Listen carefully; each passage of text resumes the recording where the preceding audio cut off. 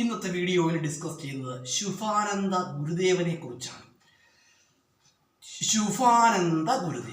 ശുഭാനന്ദ ഗുരുദേവൻ എന്ന് പറയുമ്പോൾ നമുക്കറിയാം, അദ്ദേഹത്തിൻ്റെ ശുഭാനന്ദ ഗുരുദേവന്റെ ബാല്യകാല നാമം എന്തായിരുന്നു? പാപ്പൻകുട്ടി.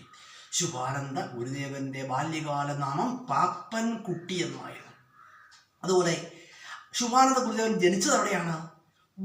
ആലപ്പുഴ ജില്ലയിലെ ബുധനൂർ ഗ്രാമത്തിലായിരുന്നു ആര് ജനിച്ചത്? ശുഭാനന്ദ ഗുരുദേവൻ ജനിച്ചത്. അതുപോലെ തന്നെ ശുഭാനന്ദ ഗുരുദേവൻ സാമൂഹ്യ പരിഷ്കർത്താവ് എന്നതിലുപരി അദ്ദേഹം ഒരു സന്യാസി വര്യൻ കൂടിയായിരുന്നു കേട്ടോ. അതും അങ്ങനെ ഒരു പ്രത്യേകത കൂടി ശുഭാനന്ദ ഗുരുദേവനുണ്ട്. സാമൂഹ്യ പരിഷ്കർത്താവാണ്, കേരള നവോത്ഥാന നായകനാണ്. അതുപോലെ തന്നെ അദ്ദേഹം ഒരു സന്യാസി വര്യൻ കൂടിയായിരുന്നു. അതുപോലെ തന്നെ 1927 മെയ് മാസത്തില് 480 അനുയായികളും ഒന്നിച്ച് ശുഭാനന്ദ ഗുരുദേവൻ മാവേലിക്കരയിൽ നിന്നും തിരുവനന്തപുരത്ത് ശിവഗിരിയിലേക്ക് പദയാത്ര നടത്തുകയുണ്ടായി. ഓർത്ത് വെച്ചോളുക, 1927 മെയ് മാസത്തില് ശുഭാനന്ദ ഗുരുദേവൻ 480 അനുയായികളും ഒന്നിച്ച് മാവേലിക്കരയിൽ നിന്നും തിരുവനന്തപുരം ജില്ലയിലെ ശിവഗിരിയിലേക്ക് പദയാത്ര നയിച്ചു. അതോടൊപ്പം തന്നെ അദ്ദേഹം 1930 ആലുംമൂട്ടിൽ AK ഗോവിന്ദദാസിൻ്റെ രക്ഷാധികാരത്തിലുള്ള മതമഹാസമ്മേളനത്തിൽ അദ്ദേഹം പങ്കെടുക്കുകയുണ്ടായി.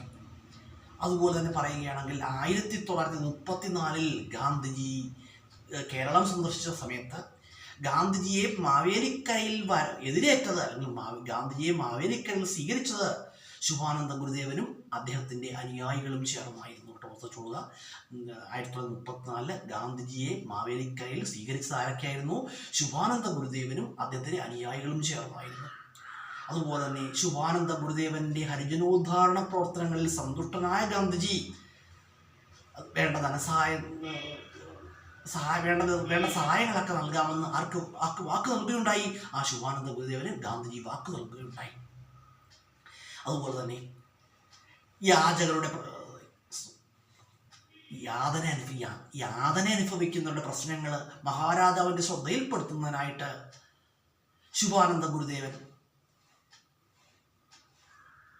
1934 തിരുവനന്തപുരത്തേക്ക് പോവുകയുണ്ടായി. അവിടെ ചെന്നപ്പോൾ തിരുവനന്തപുരത്തെത്തിയ സമയത്ത് മഹാരാജാവിൻ്റെ മുറജവ കാലഘട്ടമായതിനാൽ മഹാരാജാവിനെ കാണാൻ കഴിഞ്ഞില്ല. എന്നാൽ മഹാരാജാവിനെ കണ്ടേ താൻ മടങ്ങൂ എന്ന് ശുഭാനന്ദ ഗുരുദേവൻ നിർബന്ധം പിടിച്ചതിനെ തുടർന്ന് മഹാരാജാവ് ശുഭാനന്ദ ഗുരുദേവനെ കാണുകയും ശുഭാനന്ദ ഗുരുദേവൻ തൻ്റെ പ്രശ്നങ്ങൾ രാജാവിന് മുമ്പിൽ അവതരിപ്പിക്കുകയും ചെയ്തു, മഹാരാജാവിന് മുമ്പിൽ അവതരിപ്പിക്കുകയും ചെയ്തു.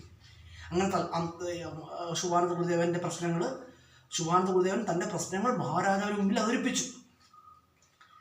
അതുപോലെ തന്നെ എല്ലാവർക്കും ക്ഷേത്രപ്രവേശനം ലഭിക്കണമെന്ന് ആവശ്യപ്പെട്ടുകൊണ്ട് 1935 നവംബർ മാസം 10-ാം തീയതി ശുഭാനന്ദ ഗുരുദേവൻ ഒരു നിവേദനം മഹാരാജാവിന് സമർപ്പിക്കുകയുണ്ടായി. അതുപോലെ തന്നെ 1950 ശുഭാനന്ദ ഗുരുദേവൻ സമാധിയാവുകയാണ്. 1932 ആത്മബോധോദയ സംഘം സ്ഥാപിച്ചത് ശുഭാനന്ദ ഗുരുദേവനാണ്. വർഷം 1932. അതുപോലെ തന്നെ ആത്മബോധോദയ സംഘത്തിൻ്റെ ആസ്ഥാനം ചോദിച്ചു കഴിഞ്ഞാൽ എവിടെയാണ്? ചെറുകോലാണ്.